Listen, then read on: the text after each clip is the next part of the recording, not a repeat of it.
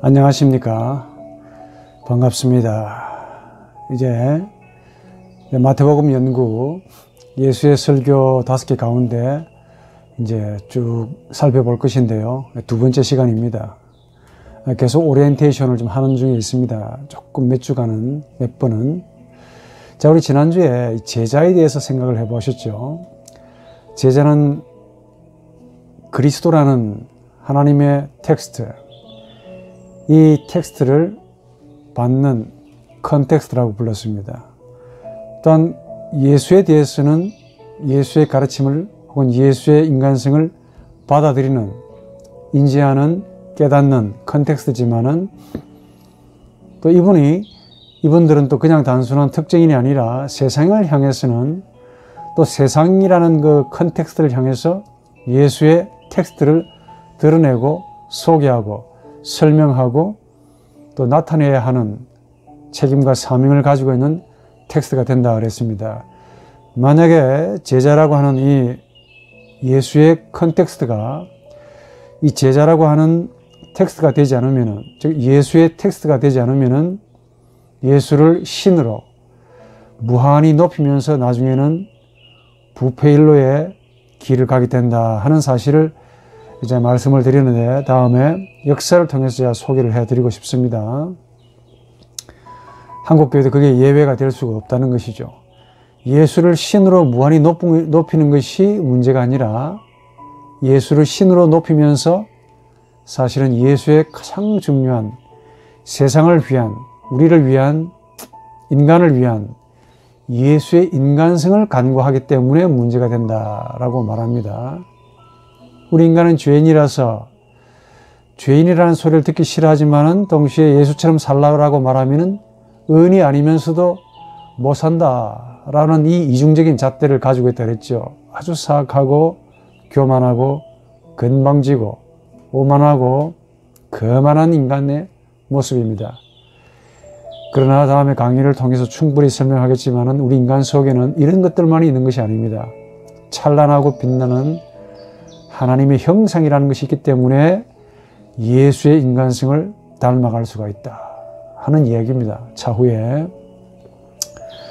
그래서 이 컨텍스트가 대단히 중요하다. 텍스트가 왜 있느냐라고 말하면 바로 이 컨텍스트를 위해서 있는 것이다 라고 말을 하셨죠.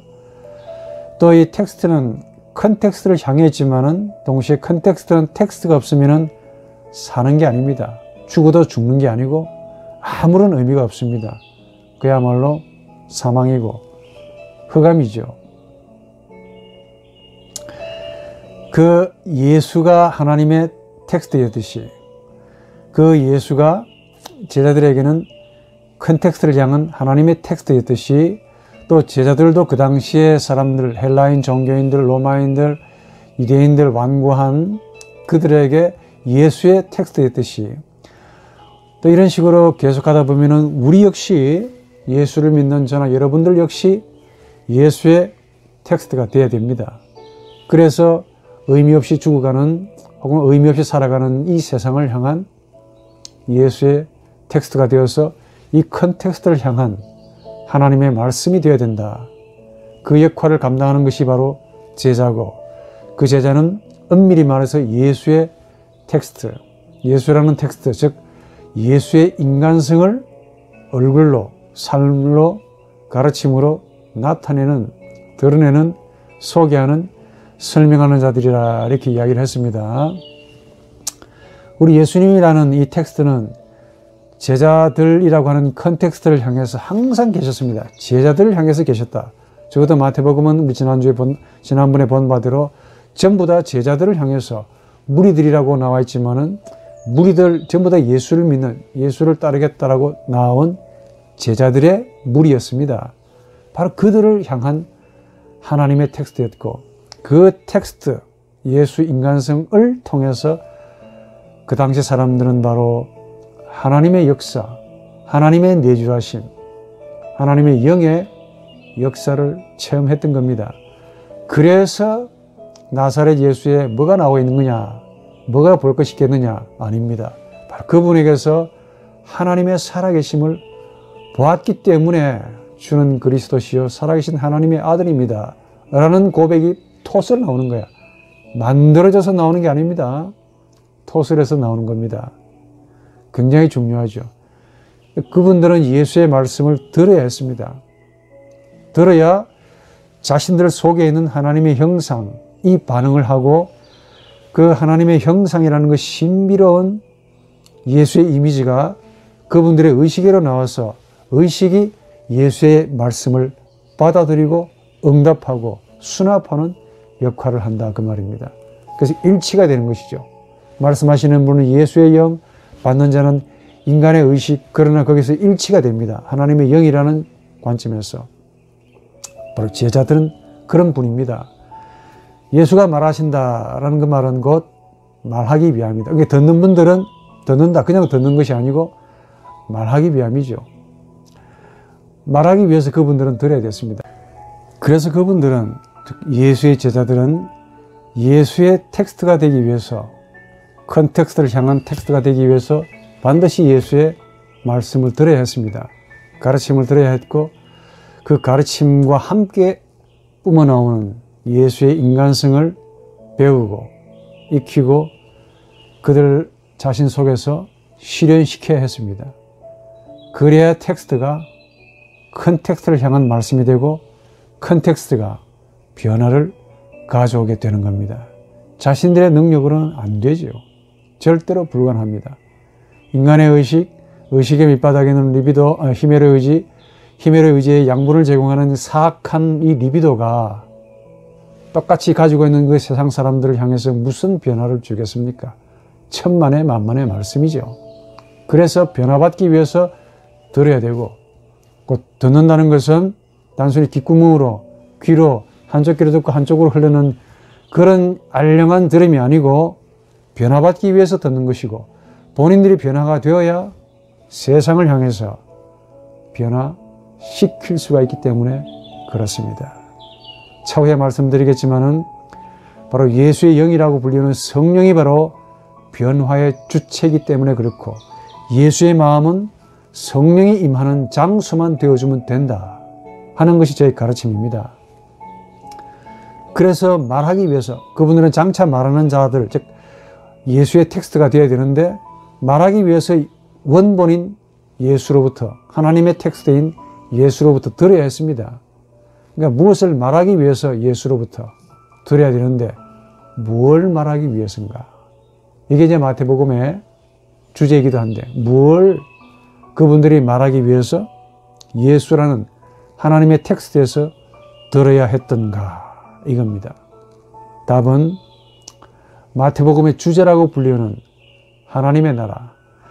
마태복음은 하나님의 나라라는 말 대신에 하늘나라로 묘사되어 있습니다.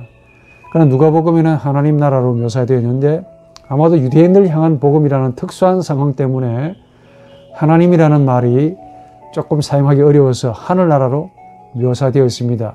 바로 하늘나라라는 이 묘사되어 있는 이 언어 때문에 마치 하나님의 나라가 죽어서 들어가는 어떤 새로운 공간 개념으로 이해하게 하는 단초가 되었다는 그 점도 우리가 간과할 수 없어요. 하늘나라라는 사실은 의미는 하늘이라는 어떤 천공이라는 공간을 가지는 나라가 아닙니다. 하나님의 나라, 하나님이 현재적으로 임하는, 지금 여기서 임하는 하나님의 나라이지요. 바로 이 하나님의 나라입니다. 그런데 이 하나님의 나라 혹은 하늘나라, 마태복음에서는 그렇게 묘사되어 있지만은, 이 하나님의 나라가 제자들에게는 지금까지 그저 그렇게 소위 어부나 혹은 세리나 혹은 대충 먹고 살았던 제자들에게는 완벽하게 생소하고 완벽하게 이질적이고 완벽하게 그들에게서 나올 수 없는, 그네들의 부모님이나 가르침이나 알량한 율법에서 도통 나올 수 없었던 새로운 신비고 생명이었습니다. 이게 그분들이 지식을 통해서 얻은 게 아닙니다. 그분 밖에서, 그분 위에서 주어진 것이죠. 예수로 말미암아. 여러분들이 수학을 잘 하시겠지만, 여러분들 수학으로 한번 생각해 보십시오. 뭐 새로운 게 있다, 이게. 하나님의 나라라고 하는 예수의 텍스트, 하나님의 텍스트란 예수의 가르침에서 뿜어나오는 그 예수의 인간성이라는 이 하나님의 나라, 이 하나님의 나라가 그분들에겐 전혀 없다고 그랬습니다. 그런데 그분들도 나중에, 제자들도 나중에 예수가 승천하시고 난 다음에 성령 받고 그렇게 살아가죠. 이게 그분들에게서 자생적으로 나올 수 없는 것이었습니다. 왜 못 나오느냐 하면은 수학을 놓고 보시더라도 이해가 될 겁니다. 여러분, 제로, 0, 제로 곱하기 제로, 0 하면 뭐가 나옵니까? 제로죠. 그럼 제로 나누기 제로 하시면 답이 뭘까요? 역시 제로입니다. 그럼 제로 빼기 제로 하면은 뭘까요? 역시 제로입니다. 변함이 없어. 제로는 제로고, 공은 공이고, 빵은 빵이요. 빵을 수천 개 갖다 쏴 놔 보십시오. 제로 곱하기 제로 수천 번, 수만 번, 수억만 번을 해도 여전히 답은 없다. 허무, 공허, 죽음. 죽음을 아무리 수억만 번 차곡차곡 세워놔도 거기서 생명은 나올 수가 없습니다. 아시겠죠? 이런 원리입니다. 하나님의 나라라고 불리우는 생명, 삶, 실제성, 인격, 이거는 제로와 같은 우리 속에는 나올 수가 없는 거야. 근대 신학에 이르기까지, 사변적인 철학에 이르기까지 인간 속에 뭔가 선한 것이 있다라고 그렇게 의식을 가지고 들여다봤는데 웃기는 소리입니다. 없다니까. 찾아봐라. 없어. 우리 인간의 의식에는 그런 게 없습니다. 헤겔의 철학을 여러분들에게 대표적으로 설명하고 싶은데 뭐 다음에 설명하기로 하고, 하나가 나오려면은 0에서 하나가 나오는 게 아닙니다. 어떻게 해야 나올까요? 빵빵빵빵인데 하나가 딱 나오고 싶습니다. 이 새로운 이질적인, 그러니까 하나라고 하는 것은 말이 하나지, 0에게 있어서는, 빵에 있어서는 완전히 새롭고 생소하고 이질적이고 낯선 신비한 겁니다. 이 하나가 나오려면 어떻게 해야 될까요? 제로에서 하나가 주어져야 된다죠. 제로 더하기 하나가 뭡니까? 하나가 나온다, 이게. 수학을 공부하면 뭐합니까? 이 간단한 원리, 이거. 영적인 세상인데, 이게. 주어진 일은 제로에서 진화론적으로, 제로에서 파생적으로 제로라는 DNA에서 나오지 않습니다. 우리의 성격이나 기질이나 어릴 때 환경이나 엄마 뱃속에서 혹은 여러분들의 부모님을 잘 만나서 온화하고 이런 데서 나오지 않는 거야. 따지고 보면 절대로 나오지 않습니다. 반드시 제로 바뀌었어요. 우리 바뀌었어. 제로 위에서, 우리 위에서 주어지는 겁니다. 이걸 믿지 못해서 문제인데, 주어지고 받아야만이 비로소 하나가 되고, 하나가 되고 나면 뭐가 됩니까? 2개가 되고, 4개가 되고, 8개가 되고, 16개가 되고, 36개. 마치 배아가 세포를 이루듯이 그렇게 나가게 된다는 겁니다. 마치 남자와 여자가 서로 겹하고 접해야만이, 하나가 돼야만이 생명이라는 새로운 이질적인 생소함이 일어나는 거야. 당연한 거 아닙니다. 좀 경이로운 눈으로 보시기 바랍니다. 거기서 1에 해당되는 것이 뭐겠습니까? 바로 예수의 인간성이라고 한 번 더 말씀을 드립니다. 적어도 마태복음에서는 이 예수의 인격, 예수의 인간성, 이것은 하나인데 무에 있는 하나지요. 무에서 나올 수 없는 하나입니다. 완벽하게 새로운 거예요. 죄인인 우리에게는 그야말로 우리 밖에서, 우리 위에서, 울트라노스, 엑스트라노스, 여기에서 주어진 우리 안으로, 우리 안으로 주어진 겁니다. 그러니까 우리 마음이 뭡니까? 완벽하게 제로, 공허, 허무, 흑암이라는 말과 똑같죠. 제로와 같습니다. 수학적으로. 그래서 저나 여러분들이 수만 명, 수십만 명, 수백만 명, 수천만 명, 우리 전 인구가 지금 77억이라고 해도 77억을 다 모아놔도 제로입니다. 빵! 위에서 보면은 마귀가 봐도 쓸모없는 쓰레기. 자랑하고 싶습니까? 대단한 것처럼 알통 세우고 싶죠? 알통 세워봐도 금붕 안에서 어항 속에 금붕을 알통 세워봐야 무슨 알통이 있겠습니까?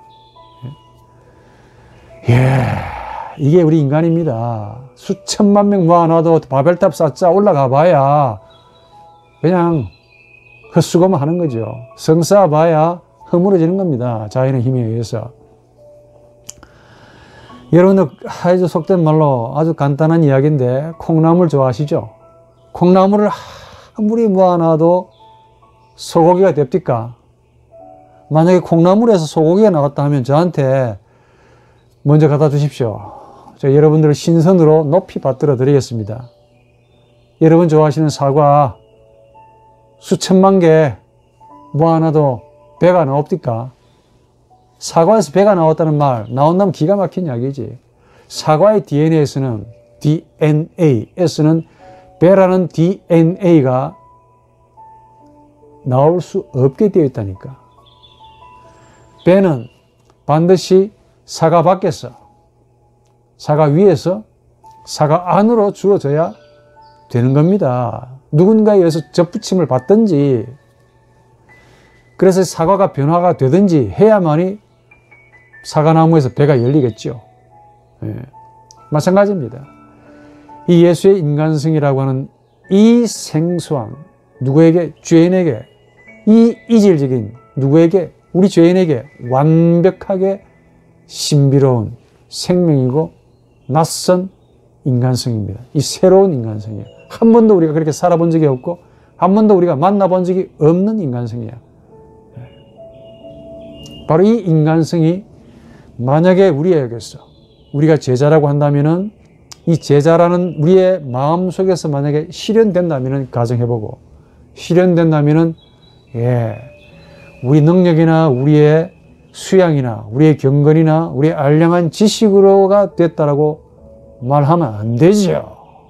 그렇지 않습니까?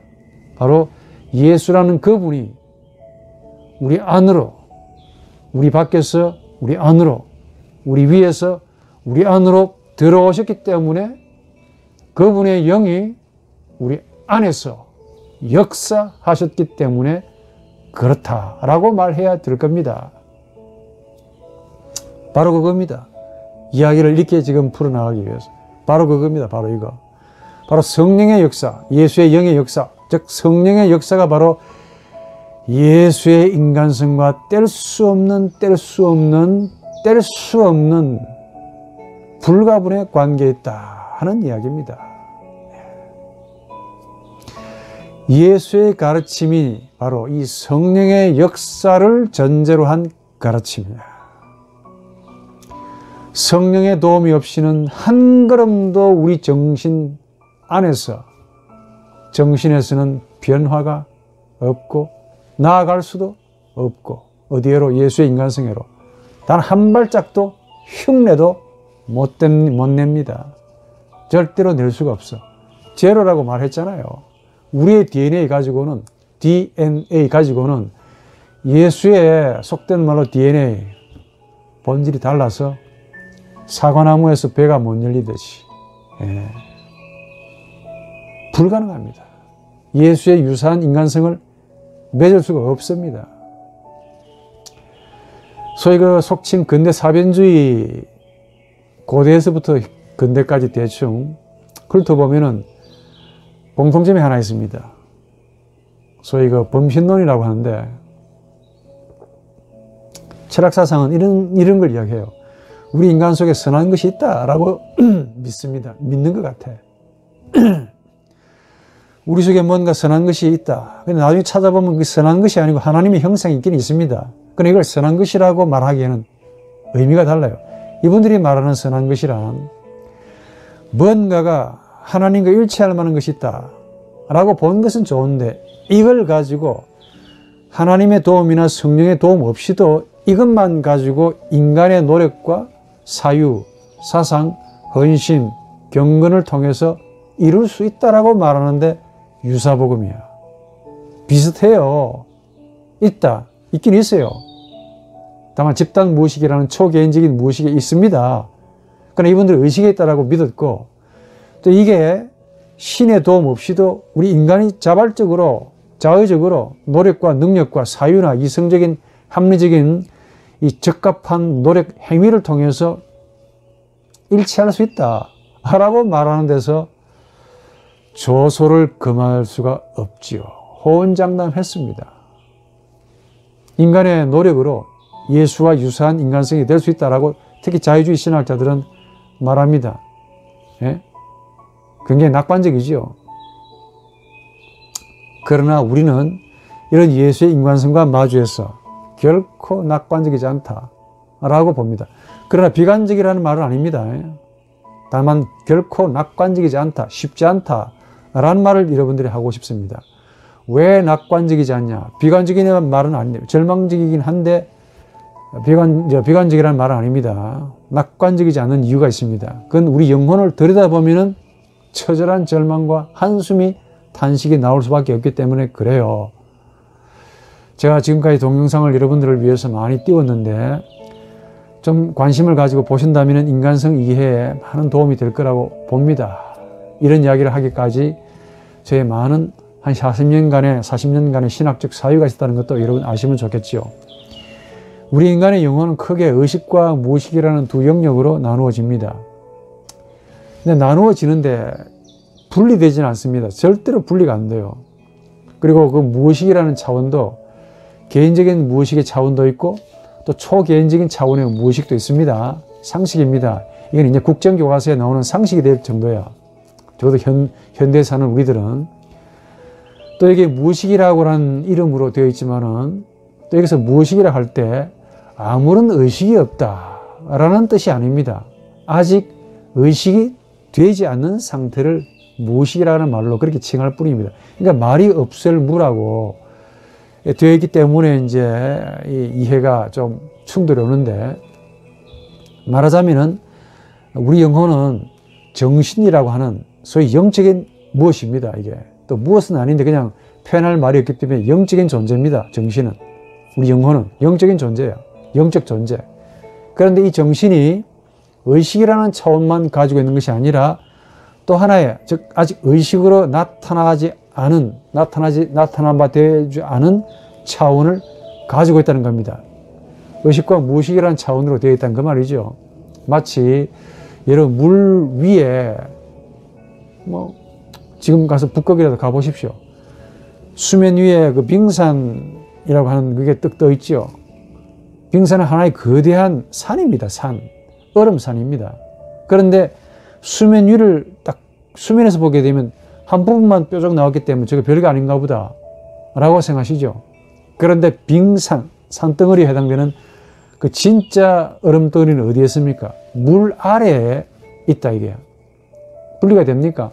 수면으로 마치 분리가 되는 것처럼 보이지만 까딱하면 타이타닉호처럼 쳐박으면 충돌하면 작살나버립니다. 무서운 힘이야. 수면이라는 경계선에서 수면 위로 의식, 수면 아래로 무의식, 이렇게 구분되어 있다 이게. 그러니까 우리 눈에 보이는 게 전부 다 아닙니다. 부디 눈에 보이지 않는 것을 좀 휘가하고 사십시오. 눈에 보이는 현상이 전부가 아닙니다. 이렇게 사는 게 전부가 아닙니다. 좀 수면 위에서 볼록 나와가지고 이게 전부 다인 것처럼 아귀다툼으로 지그지그 볶고 싸우고 혈투 힘의 의지로 크게 싸우시는데 이 자연만 보더라도 그렇게 되어 있지 않다 하니까. 그러니까 수면 위로 나타난 부분을 가리켜 우리는 보통 의식이라고 그냥 칭해 봅시다. 그러나 진짜 의식의 덩치, 이 의식을 의식으로 떠받들어주는 무엇이 바로 어디에 있습니까? 수면 아래로 감추어져 있다 이게. 이걸 바로 우리는 무의식이라고 부릅니다. 바로 이 무의식, 수면 아래로 숨겨져 있는 이 산덩어리가 물 위로 삐죽 나온 하나의 조그마한 동산, 이 동산을 결정한다는 겁니다. 그렇죠? 이해가 되죠? 드러난 부분은 말 그대로 빙산의 일각에 그 딱 말이 맞다 하니까 불과합니다. 빙산의 일각. 진짜 빙산은 수면 아래로 감춰진 것이죠. 이게 바로 무의식입니다. 의식이 없다라는 말이 아닙니다. 무의식입니다. 아직 의식으로 드러나지 않았다라는 의미죠. 이 무의식의 지평에도 또 더 들어가 보면은 개인적인 차원의 리비도라고 하는 무의식이 있고, 개인을 넘어서서 초개인적인, 즉 모든 인간들이 공통적으로 다 가지고 있는 소위 초개인적인 무의식의 영역도 있습니다. 문제는 초개인적인 무의식을 설명하기 전에 이 문제는 개인 무의식이 문제인데, 이걸 성경에서 아주 흥미롭게 제시하고 있다는 겁니다. 바로 이 부분이 성경에서 죄라고 지칭되는 부분이에요. 다양한 말 포함되어 있습니다.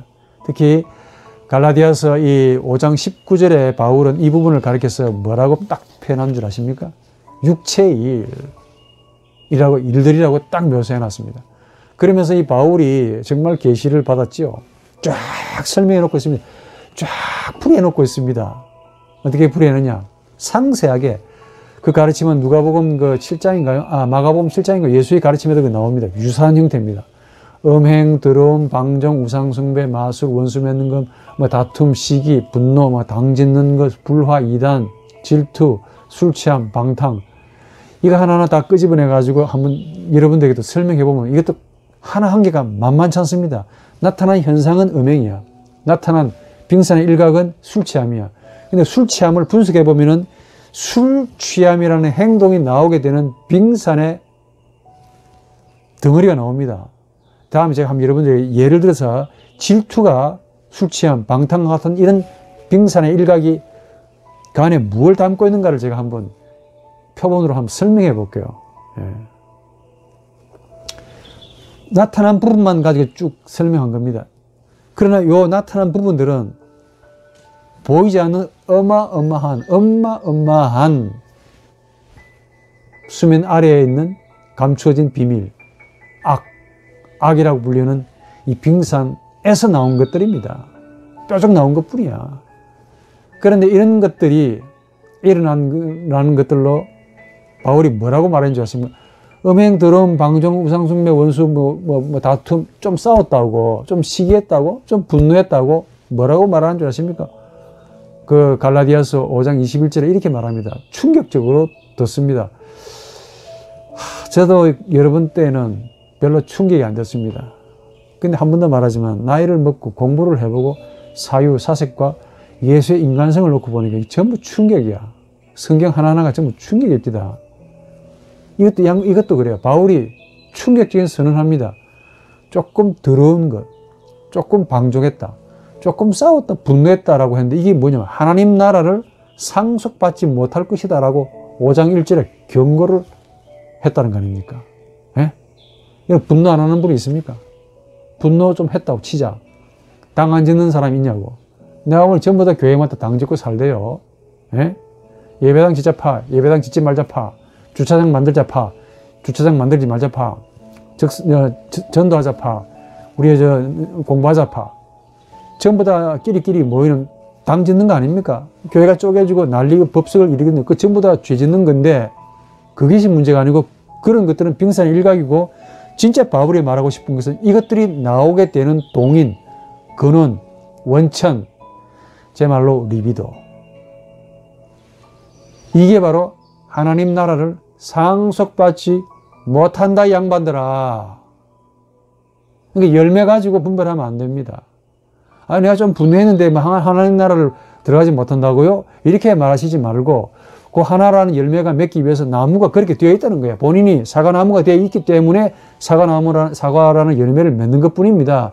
이게 배나무가 되지 않으면은 못 들어간다, 상속받지 못한다라고 말하는 것 뿐입니다. 그만큼 엄청난 것이죠. 누가 성령 혹은 예수 믿는 것이 쉽다라고 말합니까? 절대로 쉬운 게 아닙니다.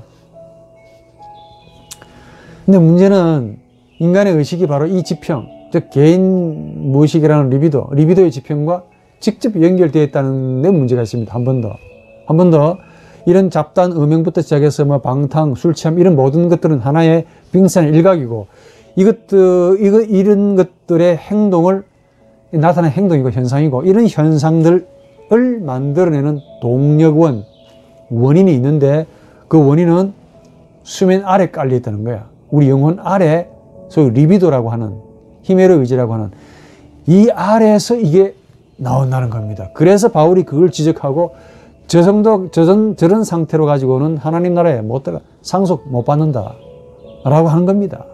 아시겠죠? 네, 반드시 여러분들에게 한번 해볼게요. 이 더러움이 왜 더러움의 문제를 갖는가를 한번 여러분들에게 소개해보면 알 겁니다. 우리는 수면 밖에 나와 있는 여러 가지 음행, 더러움, 방종, 우상숭배보다 이런 현상들보다 이런 것들을 불러일으키는 정말 우리 개인의 리비도, 무의식, 이걸 지금 취급하고 있습니다. 취급하려고 그래요. 우리는 이 개인 무의식이라는 지평을 칭하는데 이걸 다른 말로 리비도, 칼빈도 이걸 리비도라고 불렀습니다. 혹은 히드라라고 불러요. 히드라 아시죠 여러분들? 고대 그리스 신화에서 보면 목이 4개가 달려있는 괴물인데 하나 자르면 2개가 나오고 2개 자르면 4개가 나오고 이상한 괴물이 있습니다. 참 말도 잘했습니다. 히드라하고 너무 똑같다 이게. 이게 우리 리비도라고 불러요. 육체의 일들은 곧 리비도입니다. 그렇다고 해서 리비도를 좀 이해하시기 바랍니다. 리비도 자체를 악이다라고 규정할 수도 있습니다. 그러나 악이라고만 규정할 때는 그 말도 어폐가 있습니다. 하나님의 형상에 비추어서 악이지 하나님의 형상이 아직 실현되지 않은 상태에서 그게 악인지도 몰라요. 생의 욕구입니다. 이건 그냥 맹목적으로 살리는 충동이고 자연이고 우리의 본성입니다. 사실 이 충동, 욕구, 이 본성 때문에 살아가고 있고 또 살아갈 수 있습니다. 그러니까 우리 식으로 말하면 악의 힘으로 살아가고 있다 라고 말하는 것이 적합하죠. 즉 하나님의 형상, 예수의 인격성 혹은 예수의 인간성의 시각에서 보면은 각 개인은 전부 악의 힘으로 오늘도 살아가고 있고 분노의 힘으로 오늘도 살아가고 있고 이단, 질투, 술 취하는 힘으로 술의 힘으로 살아가고 있는 인생이다 라는 그 말입니다. 이 자체가 하나님의 형상과의 만남이 없으면 악도 아니고 죄도 아닙니다. 본인이 못 느낀다니까. 이게 생의 욕구입니다. 하나님의 형상을 만나고 나서야 사악하다는 것을 알게 될 텐데 그 전까지는 이게 모릅니다. 알기도 원하지 않지만은. 그러나 이것이 없으면 살 욕구도 사라져요. 그러니까 이것의 힘으로 의지해서 지금 살아가고 있다는 겁니다. 이게 처절한 것이죠. 네, 처절합니다. 어제 뉴스에 택배 기사님들이 요즘 11명이나 과로사로 죽는데요. 그분들을 부려먹는 회사는 돈 좀 제발 좀 사람을 좀 많이 뽑아라. 자네들 돈 많이 벌어가지고 너 지옥 갈 때 돈 가지고 갈래? 에? 돈 많이 벌어가 지옥 가봐야 그 돈 아무 쓸데없어. 마귀가 웃습니다. 사람을 왜 죽게 만드냐고. 부려먹었으면은 좀 사람을 많이 고용해서 좀 사람이 좀 일을 할 수 있도록 그렇게 만들어주고 부려먹어야 안 되겠습니까? 에? 그렇게 생각하다 하니까 이 전부 다 이 바울의 가르침이 맞네. 분노, 원수 맺는 것, 우상숭배, 다툼, 더러움 거기서 나왔다 하니까 돈이라는 휴지 쪼가리에 매여가지고 일생 사는 동안에만 필요한, 그것도 대한민국에서만 필요한 이 돈 쪼가리를 위해서 사람을 그냥 죽여나가네. 그렇게 살다가 영원한 심판이 기다리고 있다고 예수가 말씀하십니다. 정신 차리시기 바라요. 한 사람 한 사람 전부 다 이런 악의 힘으로, 악의 분노의 힘으로 살아가고 있습니다. 그래도 이런 악의 힘, 분노의 힘이 없다면 우리 조금만 일을 만나면 좌절해버리고 죽어버릴 겁니다. 악기가 없으면 죽어버려요. 그것도 필요하다 하니까. 그래서 이게 맹목적으로 살려는 힘의 의욕마저 우리에게 주어져 있지 않다면, 소위 리비도라고 하는 이것이 우리에게 주어져 있지 않다면 우리는 단 하루도 살아갈 수 없어요. 정말 살아갈 수가 없습니다. 우리는 이런 부분을, 즉 이 리비도, 의식과 의식의 밑바닥에 있는 히메로의 의지와 또 히메로의 의지에 공급을 제공하는 육체의 일들에 해당되는 이 모든 것들, 즉 하나님 나라를 상속받지 못하게 하는 이 모든 것들을 가리켜서 우리는 이걸 조금 현대적인 용어로 스케, 즉 심리라는 말로 규정할 수 있습니다. 그러니까 이 심리라는 이 부분만 가지고 본다면은 우리 인간들은 동물과 별반 차이가 없습니다. 속된 말로 인간이라는 또 하나의 동물이라고 말하면 돼요. 현대는 가면 갈수록 또 하나의 인간, 또 하나 인간이라는 또 하나의 동물로 지금 되어가고 있습니다. 동물성을 아주 이제 감추지 않고 여과 없이 그대로 드러냅니다. 요즘 TV나 매스컴에서 혹은 동영상에서 이런 거 보면은 정말 인간의 동물성을 짐승과 똑같이 표현합니다. 그래도 짐승은 절제하는 면이 있던데 인간은 절제도 안 해요. 가면 갈수록 오래 사시면 오래 사실수록 보고 싶지 않은 걸 많이 보게 되는 괴로움을 겪을 것 같아. 예. 이 심리라는 이 부분만 가지고 인간이 인간이다라고 만물의 영장이다 잘난 척 하지 말기 바래요. 이렇게 되면은 인간은 인간이라는 또 하나의 동물과 늑대와 별반 차이가 없는 동물입니다. 이게 동물성이라 그 말이야. 이 고대에서 근대까지 이 철학 사상은 바로 이 리비도에서 기인된 이런 의식만 연구한 겁니다. 제 이야기가 아니고 현대 철학자나 현대 신학자들의 말에 공통적으로 이것만 연구했어요. 이것만 연구한 것도 대단한 거지요, 사실은. 쉽지 않은 작업입니다. 이 의식을 가리켜서 그분들은 선한 것이다. 예? 토마스 아퀴나스는 지고선, 최고선, 본음, 예? 수문, 본음, 최고의 선이라고 하나님을 그렇게 불렀고 그 최고선의 한 부분을 인간이 이성을 가지고 있다, 이성이 가지고 있다라고 말하는데 요즘 그 말 믿는 사람 별로 없지요. 아까도 말씀을 드렸지만은 특히 헤겔 철학, 이 헤겔의 철학은 의식을, 이 잘난 의식을 최고의 의식으로, 신의 의식으로 받아들였던 약간 병적인 사상입니다. 융도 정신병적인, 정신분열증의 증상이라고 헤겔 철학을 그렇게 평가하던데 일리가 있습니다. 인간의 의식을 소위 절대적인 신, 절대 정신으로 그렇게 여겼던 사상이죠. 헤겔 철학이. 물론 그 당시에는 또 그럴 수밖에 없었고, 말하자면은 리비도에 뿌리를 둔 인간의 의식을 신적인 것으로 그렇게 여겼던 사상입니다. 상세한 이야기는 또 다음 이야기 합시다. 어차피 인간의 이성을 이렇게 고대 철학에서부터 근대, 현대는 좀 다르지만 근대에 이르기까지 이렇게 신성시한 것은 상식이죠. 이성을 신적인 것으로 간주했고 또 이것 때문에 우리 인간이 정신적인 존재다, 영적인 존재다. 이것 때문에 동물과 다른 본질이다. 우리 아니말 라티오날레라고 부릅니다. 동물이긴 한데 이성을 가진 동물이다 라는 점에서 만물의 영장, 호모 코기탄스, 생각하는 동물 해사코 말이에요. 조언 폴리티콘, 사회력을 가진 동물, 이렇게 다양하게 표현합니다. 그런데 미안한 말인데 이런 이성의 관계가 하나 예를 들어서 마치고 예를 하고 끝내도록 하죠. 1차, 2차 세계대전에서 환하게 드러납니다. 이를 위해서 근대 철학을 연 이 데카르트에서부터 시작해야 돼요. 여러분 데카르트 아시죠? 양반의 한 명언이 있습니다. 코게토 에르고 숨입니다. 생각한다, 그래서 내가 존재한다. 근데 그 말 속에는 많은 것들을 담고 있어요.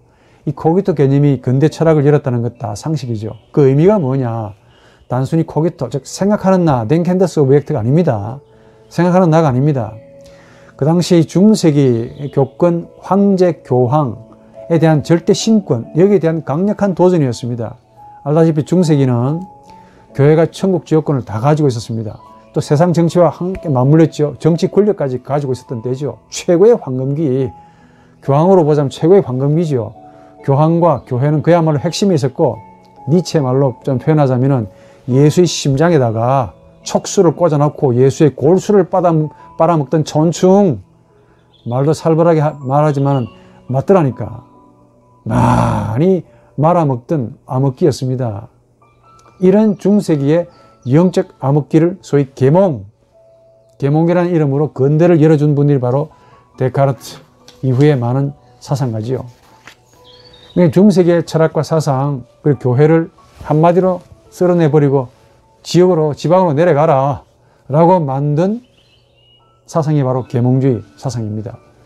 단적으로 이 계몽주의 사상, 근대의 이 코기토 발견은 교회라는 거대한 조직을 하나의 기독교라는 알량한 종교로 만들어 축소시켜 버렸습니다. 그 당시에는 절대적인 종교였는데, 헤겔까지만 해도 절대적인 종교였는데, 중세기 근대 넘어와서, 헤겔은 또 좀 예외지만, 딱 근대로 넘어와서 기독교는 팍 쪼그라들어가지고, 움츠러들어가지고, 기독교라는 아주 조그마한 하나의 종교 단체로 만들어서 패대기 쳐버린 게 바로 계몽주의였습니다. 예.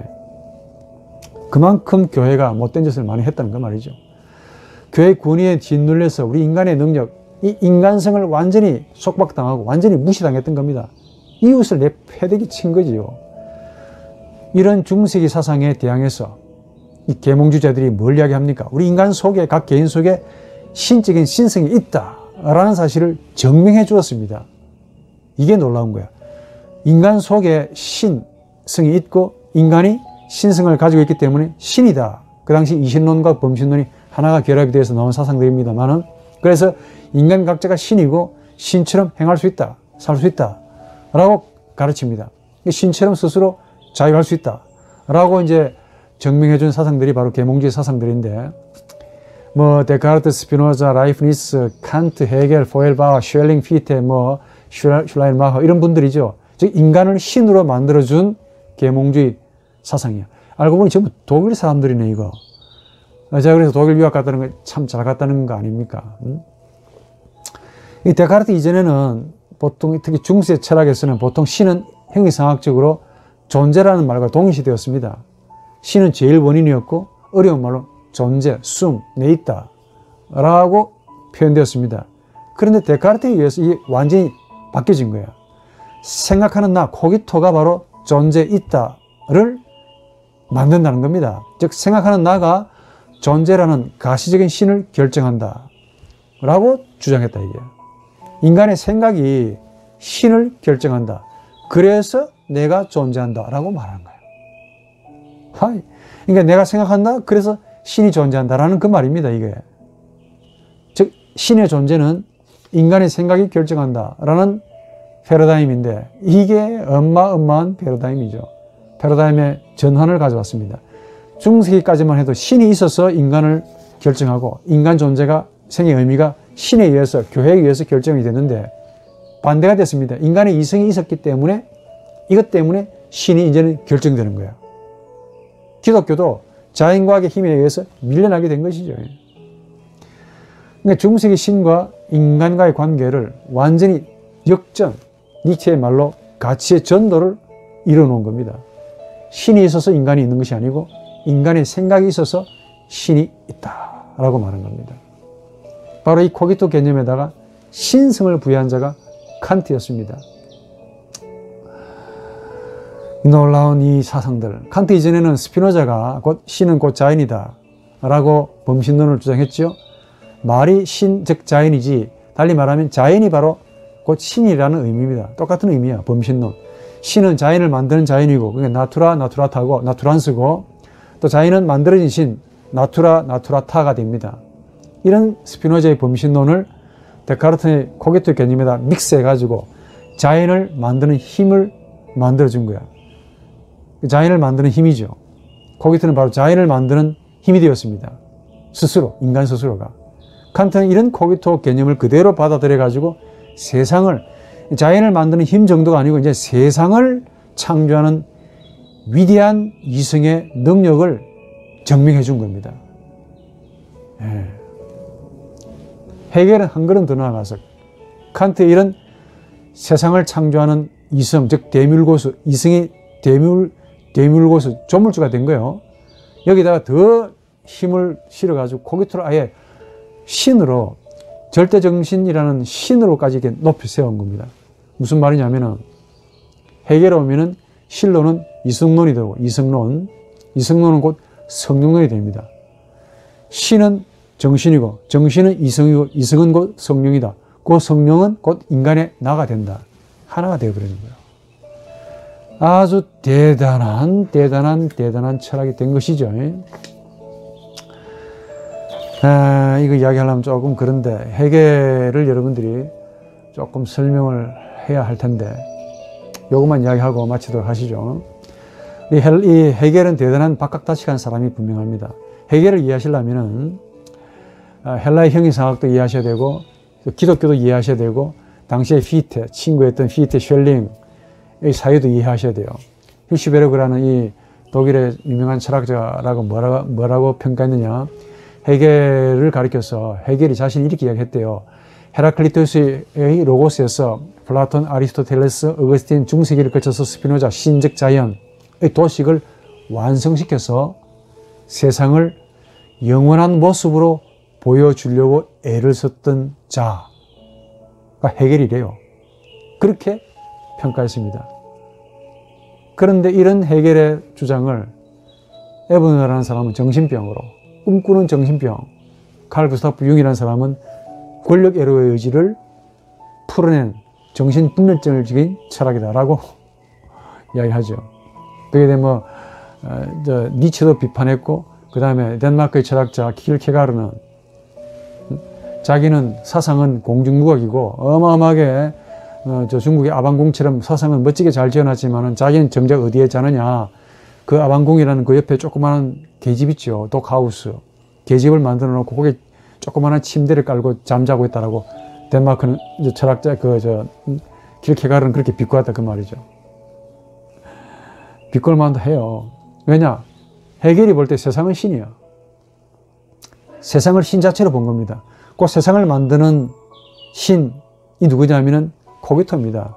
칸트에게서 물려받았고 또 칸트는 데카르트에게서 물려받았거든. 그러니까 한 사람이 단추를 깨니까 계속해서 그 위에서 올라가더라 그 말이지. 이걸 부정하지 못하고 넘어갈 수 없어요. 학문은. 그래서 학문 속에 진리가 없다라고 말합니다. 뭐라고 말하느냐. 세상을 만드는 이성의 능력을 양반은 신의 능력이다. 절대 정신이다 라고 했다는 겁니다. 아이고, 절대 정신이래요. 신이래요. 신이 되면 뭐 하겠습니까? 이 헤겔의 철학이 바로 1차 세계대전, 2차 세계대전을 일으키는 동인이 되는데 어쩝니까? 그래서 세계대전을 거쳐서 완전히 사변주의는 나락으로, 지역구로, 지방으로 내려가라 하는 철학이 된 거지요. 이데알리스무스, 아이디얼리즘이 이제 완전히 폭삭, 그 다음에는 탈 이데알리스무스, 저희 탈사변주의가 나온 거예요. 인간의 본질이 이성이 아니고 감정이다 혹은 감각이다. 옛날에 그 플라톤 시절에 소피스트와 같이 프로타고라스가 뭐라고 말합니까? 인간은 만물의 척도다라는 이런 형태의 시각이 이제 현대에 자리 잡기 시작했습니다. 자, 이렇게 보면 사상의 역사를 보게 되면 정말 돌고 도는 것 같아요. 옛날에 했던 거 다시 끄집어냈어요. 하도 이 질서가 무질서하다 보니까 절대 권위라는 신이 상실해버리니까 인간 각자가 이제 진리래요. 이 프로타고라스의 말입니다. 인간은 만물의 척도다. 인간 각 개인이 진리의 척도고 모든 걸 판단하는 주인이고 이게 바로 현대가 된 거야. 현대는 바로 현대 기술을 신으로 섬기는 인간 각자의 고유한 정신이 신인 거야. 그러니까 근대보다 더 훨씬 더 참혹한 시대가 된 거죠. 그래도 칸트 이후로 데카르트 이후로 그래도 헤겔까지는 그래도 절대 정신이라도 있어서 인간의 이성이라는 허구, 인간의 이성이 그나마 신이 되어가지고 규범이라는 게 있었습니다. 노르마. 그런데 현대 오면 이것도 없어 이제는. 인간 각자가 신이래요. 인간 각자가 노름하고 인간 각자가 표준이고 인간 각자가 진리의 척도라는데 어쩝니까? 아버지와 아들이 서로 싸웁니다. 대화가 안 됩니다. 남편과 이 아내가 서로 싸우는데 대화가 안 돼. 각자마다 진리의 척도를 가지고 있기 때문에 양보를 안 합니다. 이런 현상들이 하루에도 수천 건의 뉴스로 쫙 나오는데 이게 바로 저나 여러분들이 살고 있는 히크, 에트, 눈크 현재입니다. 어떻게 사셔야 되겠습니까? 뭘 생각하십니까? 아, 나는 그냥 이렇게 살다가 가면 안 되겠습니까, 교수님?